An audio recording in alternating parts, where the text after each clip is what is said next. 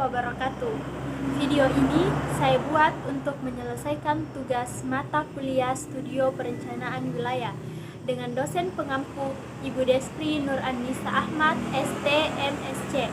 Sebelum masuk ke pembahasan lebih lanjut, terlebih dahulu saya ingin memperkenalkan diri. Perkenalkan, nama saya As-Sahra Faradiba dengan NIM 20223100526. Di sini, saya akan menjelaskan materi terkait kota megah, kota bermasalah. Baiklah, langsung saja ke slide pertama. Baiklah, pembahasan pertama ialah home sweet home. Yang akan kita bahas di slide ini yaitu yang pertama, apa yang dimaksud dengan rumah. Yang kedua, tentang catatan Kemenpra tahun 2010 mengenai krisis pasokan rumah. Dan yang ketiga, tentang persentase rumah tangga yang memiliki rumah berstatus milik. Langsung saja ke poin yang pertama. Apa yang dimaksud dengan rumah? Rumah adalah tempat di mana manusia menempatkan identitasnya untuk menciptakan sumber-sumber kedamaian, ketenteraman, dan kebahagiaan. Rumah tidak hanya berfungsi sebagai tempat berlindung dan berkeluarga. Dari perspektif ekonomi, rumah bahkan mampu menciptakan efek berganda bagi penghuninya maupun secara nasional bila kita memanfaatkannya sebagai industri berbasis hunian, seperti contohnya UMKM, warung makan, toko kelontong, dan lain sebagainya. Selanjutnya, poin kedua, mengenai catatan Kemenpra tentang krisis pasokan rumah, di mana menurut data Kemenpra tahun 2010, Indonesia mengalami krisis pasokan rumah sebesar 13,6 juta unit dan diprediksi mencapai 15 juta unit memasuki tahun 2015, di mana pengembang terkini hanya berfokus pada hunian berkamar 2 yang memiliki paling banyak peminat, dengan Jakarta yang masih memegang harga rata-rata tertinggi. Dan poin ketiga, yakni persentase rumah tangga yang memiliki rumah berstatus milik, di mana dapat kita lihat persentase rumah tangga yang memiliki rumah berstatus milik justru berangsur menurun sejak tahun 2000, dari yang 84,68% menjadi 78,77% di tahun 2011. Hal ini berdampak pada meluasnya kawasan permukiman kumuh. Apa upaya pemerintah dalam mengatasi persoalan permukiman kumuh? Pemerintah pun telah mengatasi persoalan permukiman kumuh melalui program Benah Kampung atau yang dikenal dengan Kampung Improvement Program atau KIP. Upaya lainnya ialah melalui program bantuan stimulan perumahan swadaya atau yang biasa disebut BSPS. Kedua program ini merupakan program perbaikan rumah yang ditujukan atau yang bertujuan bagi masyarakat berpenghasilan rendah atau MBR yang memiliki kondisi tidak layak huni. Pada slide ini terdapat 3 poin yang akan kita bahas. Poin yang pertama tentang konsep hunian berimbang. Poin kedua tentang apa saja keterbatasan sistem perencanaan. Dan yang poin ketiga tentang kesenjangan kota di Indonesia. Langsung saja ke poin pertama. Konsep hunian berimbang, di mana dijelaskan bahwa konsep hunian berimbang yang tidak terencana dengan jelas membuat kebanyakan developer perumahan skala besar menyediakan rumah sederhana yang tetap sulit diakses penduduk miskin. Mengapa demikian?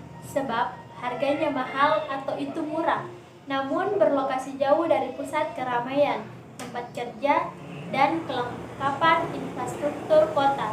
Akibatnya, kebanyakan rumah sederhana menjadi tidak diminati dan membuat para penduduk miskin terpaksa menempati lagi rumah mereka di lingkungan yang kumuh. Selanjutnya, poin kedua. Apa saja keterbatasan sistem perencanaan? Keterbatasan sistem perencanaan yang pertama adalah keterbatasan representasi dan partisipasi. Meskipun pemerintah berupaya untuk melakukan bottom up melalui institusionalisasi pengambilan aspirasi dari bawah, sistem yang dibangun belum cukup kuat. untuk mempresentasikan heterogenitas penduduk miskin dan memampukan penduduk miskin untuk mempengaruhi kebijakan secara langsung.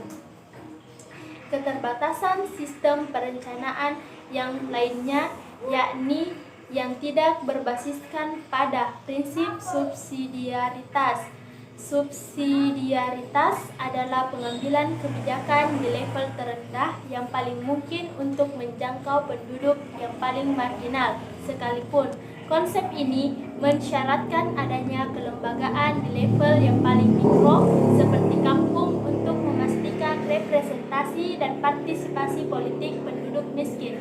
Sebagai contoh, dalam pembangunan permukiman, konsep scaling up dibutuhkan untuk keluar dari konstruksi keuntungan individu tanpa meningkatkan kualitas kota secara keseluruhan.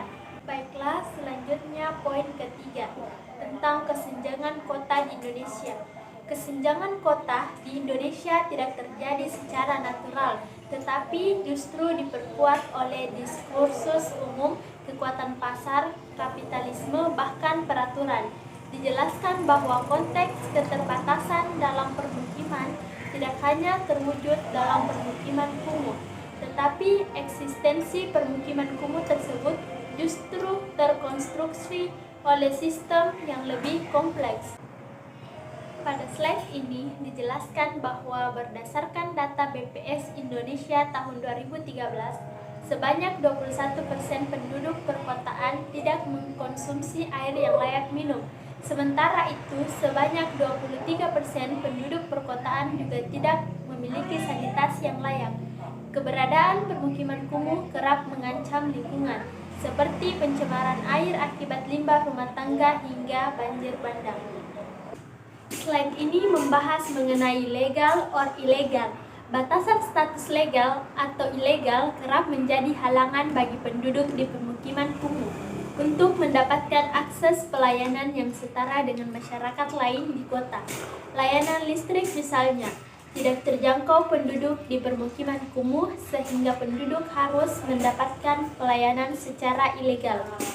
Selain itu, jaringan listrik, kondisi jalan perkampungan yang tidak memadai dan tidak terkoneksi ke jaringan transportasi kota juga membatasi mobilitas penduduk. Adapun faktor-faktor yang mempengaruhi kestabilan berhuni, yaitu yang pertama, status tanah. Stabilitas berhuni mengacu pada ketidakrentanan penduduk terhadap penggusuran yang biasanya terkait dengan status tanah. Yang kedua ialah faktor pertumbuhan ekonomi kota.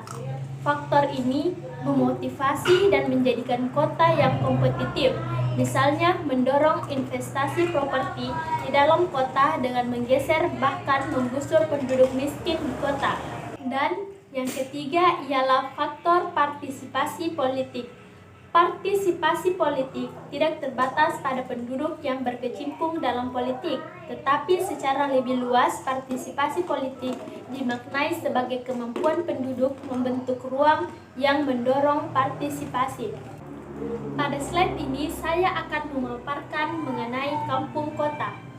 Kampung kota di Indonesia dapat disebut sebagai model kota kompak, compact city, berdasarkan 6 atribut penilaiannya. 6 atribut penilaian tersebut meliputi sejarah, kepadatan penduduk, penggunaan lahan, skala mobilitas, transportasi, dan kesejahteraan sosial.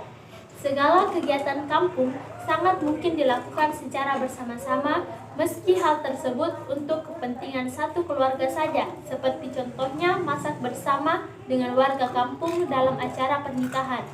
Berbagai program pemerintah ataupun inisiatif swasta telah banyak dilakukan untuk meningkatkan kualitas kehidupan kampung. Dengan segala kelemahan kampung, maka esensi spiritnya lah yang kemudian dapat dijadikan solusi alternatif bagi permukiman berkelanjutan di masa depan. Pertambahan penduduk yang terjadi di kota besar di Indonesia memiliki konsekuensi logis terhadap peningkatan kebutuhan rumah untuk bermukim.